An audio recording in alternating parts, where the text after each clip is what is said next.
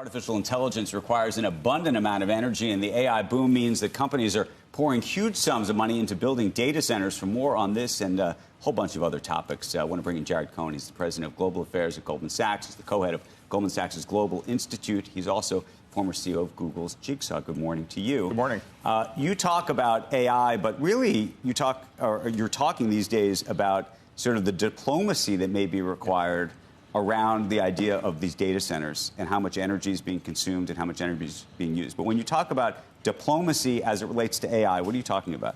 Well, first of all, let's start with what the problem is. So there's a lot of known unknowns around generative AI.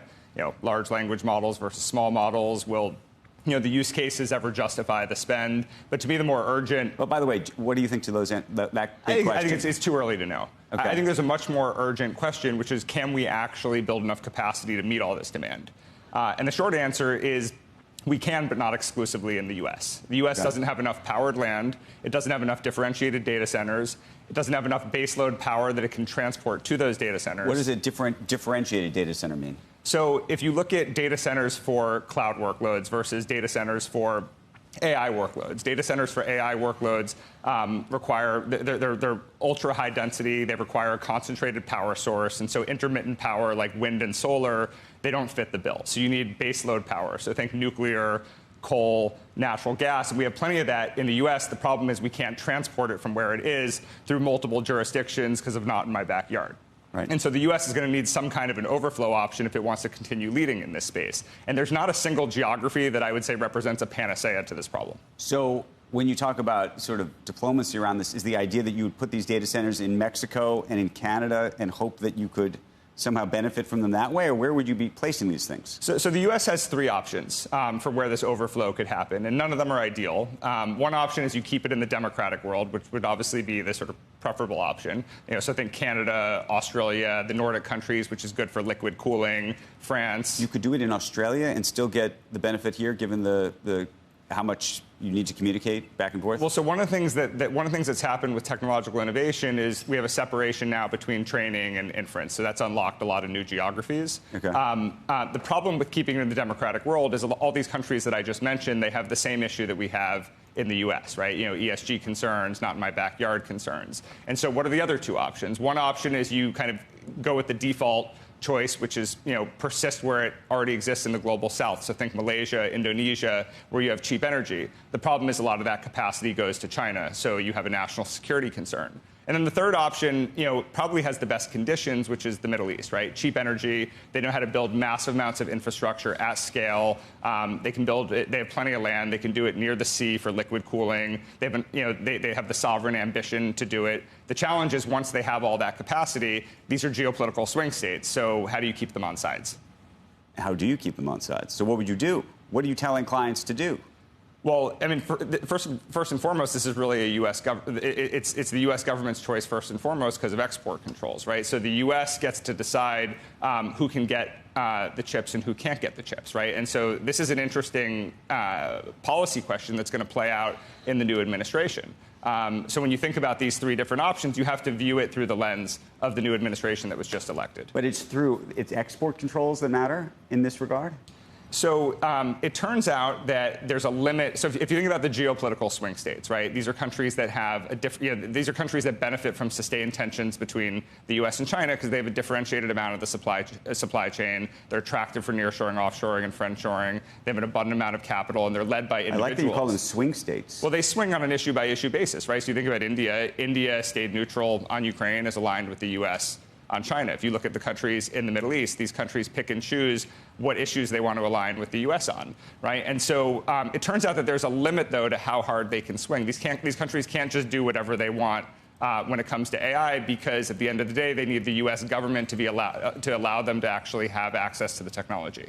Hey, Jared, the question about why we have so much control over the chips when a lot of these aren't even U.S. companies. We were talking about this yesterday, and I'm not sure I even understand. Is it because we are the biggest purchaser and you have to make sure that you listen to us if you want to do business with us? So it comes down to, we have a huge amount of dominance in the U.S. because of the hyperscalers. The hyperscalers are the biggest purchasers, of the chips. Obviously, NVIDIA has, a massive amount of influence in terms of allocation. They're not, the only player, but they have a massive amount of influence in terms of the allocation. And so, the U.S. has kind of an incumbent advantage in this. And what's interesting is, if you asked me before generative AI what the technology story was between the U.S. and China, I would have said the U.S. had a 3-decade first-mover advange over China, and it kind of looked like it was ending in a tie. And then when we all found out about generative AI at the same time on November 30th, 2022, it gave the U.S. a technology lifeline because China didn't have the compute power that was required to run these large language models. Interestingly, it was because export controls had been put in place on graphic processing units, which are the chips that are required to run these large language models, just a month before we all found out about ChatGPT. So, do you see any company that's outside of the U.S. excelling in this space? Look, there's certainly plenty of incentive for that to happen. But it hasn't happened yet, because you were talking about China. And sort of where is China on a relative basis, do you think? So right now, China has an uphill battle when it comes to generative AI and large language models. I mentioned the lack of compute already. They also don't want to train their existing models at internet scale, and the way they govern their models is restrictive.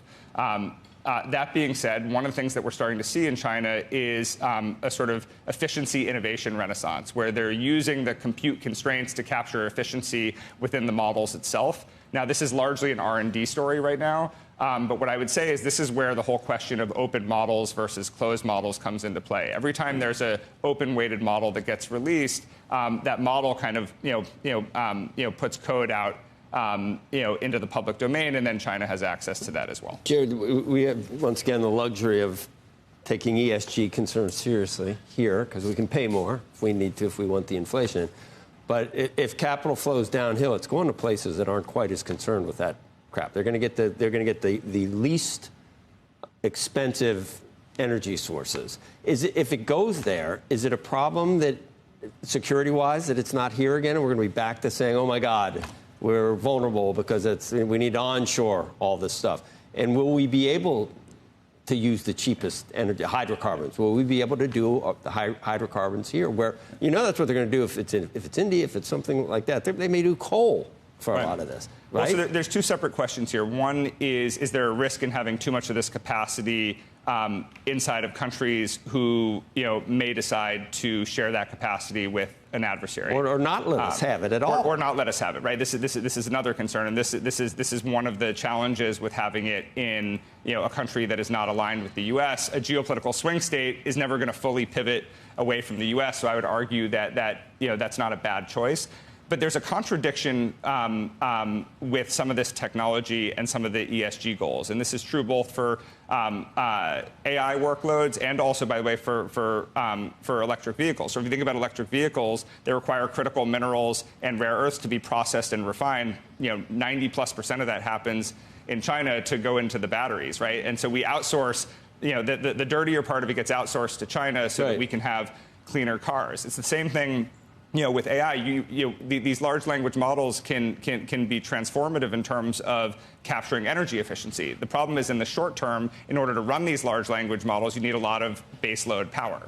And so there's a sort of short-term contradiction that we have to grapple with. And there's not a good answer to this, right? Because, you can't use intermittent power because these AI workloads are ultra-high density. I would say that in a Trump world, there could be a lot more hydrocarbons doing this domestically, and it sort of obviates the problem that you just talked about. They could be domestic, and we'd still have it cheap. But you're saying there's still not enough. There's still not. Right, still not enough. So my feeling is the U.S. has plenty of potential to do this, but the need to meet this capacity is so urgent, right? We're going to have to probably bring another 35+ gigawatts of power online relative to the 17 gigawatts of power that are already online feeding these data centers in just the next couple of years. Wow.